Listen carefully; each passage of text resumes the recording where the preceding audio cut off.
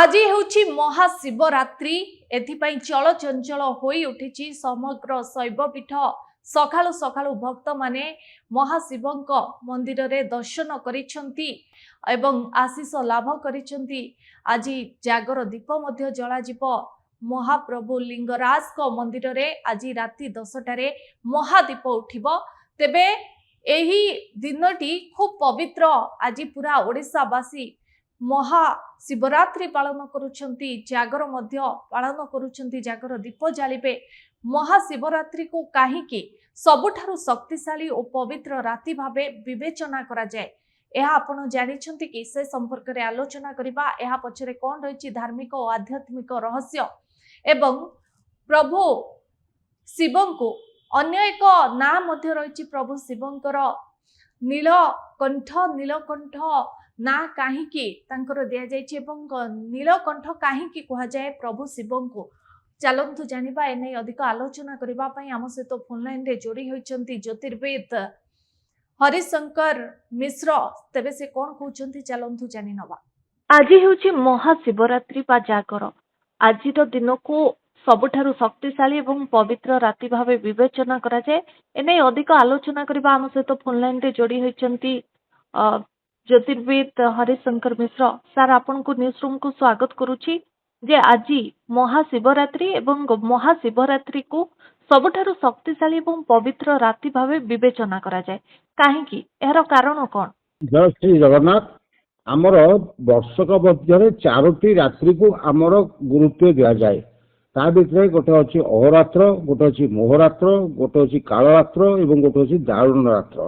ଆମର ବିଭିନ୍ନ ଶାସ୍ତ୍ର ପୁରାଣ ଆଧାରରେ ଯେଉଁ ନିର୍ଣ୍ଣୟ ନିଆଯାଇଛି, ଶିବ ପୁରାଣରେ ମଧ୍ୟ ଯେଉଁ ନିର୍ଣ୍ଣୟ ନିଆଯାଇଛି, ଆମର ମହାଶିବରାତ୍ରିକୁ ବିଭିନ୍ନ ପ୍ରକାର ବର୍ଣ୍ଣନା କରାଯାଇଛି।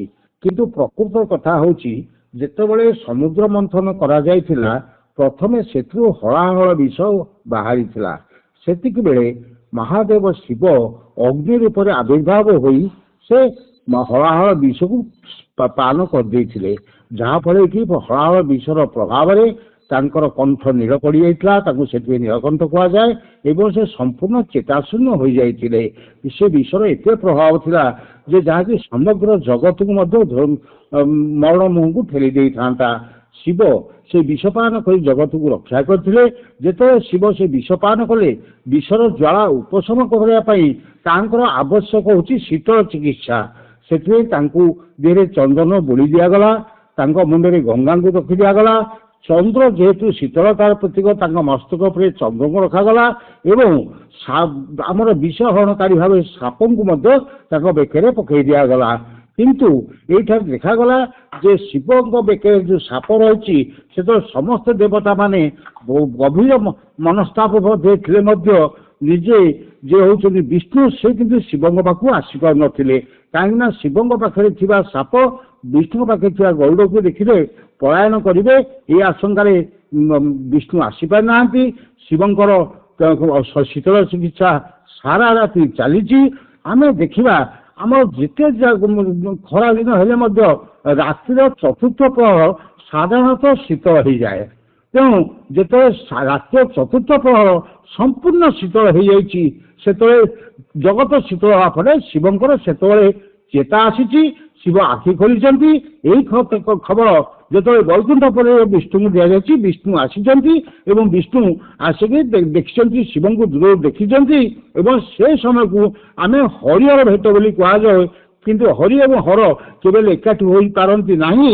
କେବଳ ଏହି ଶିବରାତ୍ରି ଦିନ ଚତୁର୍ଥ ପ୍ରହରରେ ହରିହର ଭେଟ କରାଯାଏ। ଆମର ଲୋକାଚାରରେ ମଧ୍ୟ ଯେଉଁ ମହାଦୀପ ଉଠିବାର ପରମ୍ପରା ଅଛି, ତାହା ଜଗତକୁ ଜଣାଇ ଦିଆଯାଏ ଯେ ବର୍ତ୍ତମାନ ଶିବ ଅଚେତ ଅବସ୍ଥାରୁ ସଚେତ ଅବସ୍ଥାକୁ ଆସିଲେ।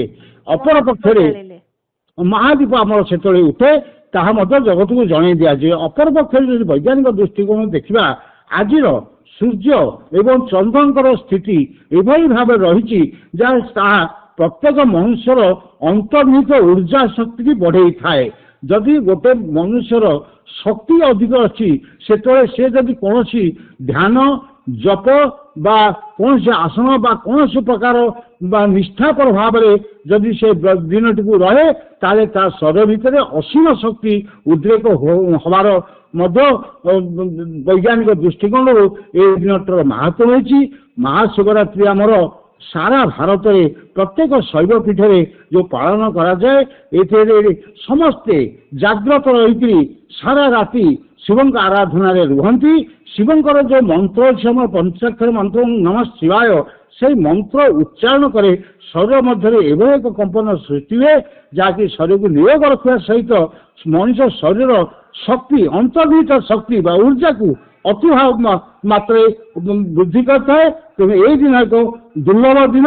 ଏଇ ଦିନ ସମସ୍ତ ଶୈବ ଭକ୍ତମାନେ ଶିବଙ୍କ ପାଖରେ ଶରଣାଗତ ହୋଇ ଜଗତ ଚିନ୍ତା ଗୋଟେ କରନ୍ତି। କଥା ମୁଁ ଆପଣଙ୍କୁ ପଚାରିବା ପାଇଁ ଚାହିଁବି, ଏହି ଦିନ ଲୋକମାନେ ବ୍ରତ ରଖିଥାନ୍ତି, କିଏ କାଷ୍ଠା ବ୍ରତ ରଖିଥାନ୍ତି, ଉପବାସ କରିଥାନ୍ତି, ଆଉ କିଏ କିଏ ବା ଫଳ ରସ ପିଇକି ମଧ୍ୟ ଉପବାସ କରିଥାନ୍ତି।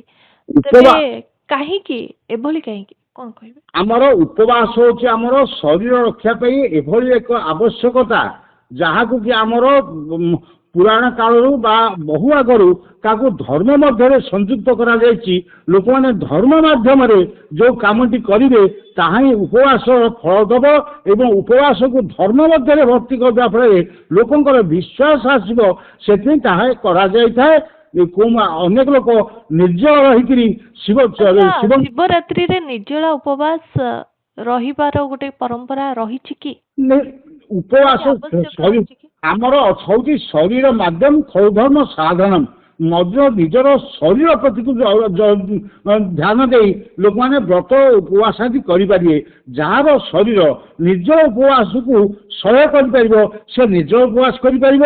ଯାହାର ଶରୀର ନିର୍ଜଳ ଉପବାସକୁ ସହ୍ୟ କରିପାରିବ ନାହିଁ ସେ ଫଳ ଆହାର କରି ମଧ୍ୟ ଏହାକୁ ମଧ୍ୟ ପାଳନ କରିପାରିବ। ଆମର ପ୍ରତ୍ୟେକ ବ୍ରତ ଏବଂ ଉପବାସ ଯେହେତୁ ଶରୀର ରକ୍ଷା ପାଇଁ ଉଦ୍ଦିଷ୍ଟ ଏବଂ ସୁସ୍ଥ ଶରୀର ପାଇଁ ତାର ଆବଶ୍ୟକତା ଯେତେ ଉପଲବ୍ଧି କରି ତାକୁ ଧର୍ମ ମଧ୍ୟରେ ଭର୍ତ୍ତି କରି ଦିଆଯାଇଛି, ତେଣୁ ନିଜର ଶରୀର ଅବସ୍ଥାକୁ ଦେଖି ଲୋକମାନେ ବ୍ରତ କରିବେ। ଏଇଟା ଯେ ସମ୍ପୂର୍ଣ୍ଣ ନିର୍ଜଳ ଉପବାସ ବା ଏଥିପାଇଁ କୌଣସି ପ୍ରକାର ପ୍ରାବଧାନ ନାହିଁ ଯେ ସମ୍ପୂର୍ଣ୍ଣ ନିର୍ଜଳ ରହ ବୋଲି। ଆମର ଶରୀରକୁ ସୁସ୍ଥ ରଖିବା ପାଇଁ ଯେଉଁ ପ୍ରକାର ପନ୍ଥା ନିର୍ଦ୍ଧାରଣ କରାଯାଇଛି ସେଥିରେ ଫଳାହାରକୁ ମଧ୍ୟ ସେଥିରୁ ମଧ୍ୟ ସାମିଲ କରାଯାଇଛି। ତେଣୁ କିନ୍ତୁ ଏସବୁ ସତ୍ତ୍ୱେ ଏହା ଏକ ଏଭଳି ଏକ ଦିନ, ଏ ଦିନ ଯଦି ଲୋକମାନେ ଉପବାସ ରହି ସାରା ରାତି ଶିବଙ୍କ ପାଖରେ ଓಂ ନମଃ ଶିବାୟ ମନ୍ତ୍ର ପାଠ କରିବେ ତାହେଲେ ନିଶ୍ଚୟ ଭାବରେ ଶରୀର ଉର୍ଜା ଶକ୍ତି ବଢ଼ିବ। ଆଉ ଗୋଟିଏ କଥା ମୁଁ କହିଦେବାକୁ ଚାହେଁ, ଆମର ପ୍ରତ୍ୟେକ ବର୍ଷ ସାରା ଆପଣଙ୍କର ସୂର୍ଯ୍ୟାସ୍ତ ପରେ ଶିବଙ୍କ ମନ୍ଦିର ଦର୍ଶନ ନିଷେଧ ଥାଏ, କିନ୍ତୁ ଶିବରାତ୍ରି ହେଉଛି ଗୋଟିଏ ରାତ୍ରି ଯେତେବେଳେ କି ସାରା ରାତି ଶିବଙ୍କ ପାଖରେ ଚାରି ପ୍ରହରରେ 4 ଥର ଅଭିଷେକ କରାଯାଏ। କିନ୍ତୁ ସୂର୍ଯ୍ୟାସ୍ତ ପରେ ଶିବଙ୍କ ମନ୍ଦିର ଅଭିଷେକ କରିବାର ନିଷେଧ ରହିଥିବା ବେଳେ ଗୋଟିଏ ମାତ୍ର ରାତି ପାଇଁ ତାହା ସେହି ପ୍ରାବଧାନ ରହିଥିବାରୁ ଜଳ ଅଭିଷେକର ପ୍ରାବଧାନ ରହିଥିବାରୁ ଏହା ଏକ ନିଶ୍ଚିତ ଭାବରେ ସିଦ୍ଧାନ୍ତ ନିଆଯାଇଛି। ଏ ରାଷ୍ଟ୍ର ବୈଜ୍ଞାନିକ ସିଦ୍ଧାନ୍ତ ରହିଛି ଏବଂ ଏହାକୁ ଧର୍ମ ମଧ୍ୟରେ ଭର୍ତ୍ତି କରି ଦିଆଯିବା ଫଳରେ ଲୋକମାନେ ତାକୁ ଗ୍ରହଣ କରୁଛନ୍ତି। ଏବଂ ଯେଉଁମାନେ ଆଗ କାଳରେ ପୁରାଣ ବର୍ଣ୍ଣିତ କାଳରେ ମଧ୍ୟ ଏହି ଶିବରାତ୍ରିର ମାହାତ୍ମ୍ୟ ଅଛି ଏବଂ ଶିବରାତ୍ରିରେ ଆପଣଙ୍କର ବେଲପତ୍ର ସର୍ବୋପରି ବର୍ଷ ସାରା ଦିଆଯାଏ ନାହିଁ, କେବଳ ଏଇ ଦିନ କେତକୀ ଫୁଲ ଶିବଙ୍କୁ ଅର୍ପଣ କରାଯାଏ। କେତକୀ ଫୁଲର ବର୍ଷ ସାରା କେବେ ଶିବଙ୍କୁ ଦିଆଯାଇଥାଏ, କେବଳ ଆଜି ଦିନ ହିଁ ତାଙ୍କୁ ଦିଆଯାଇଥାଏ।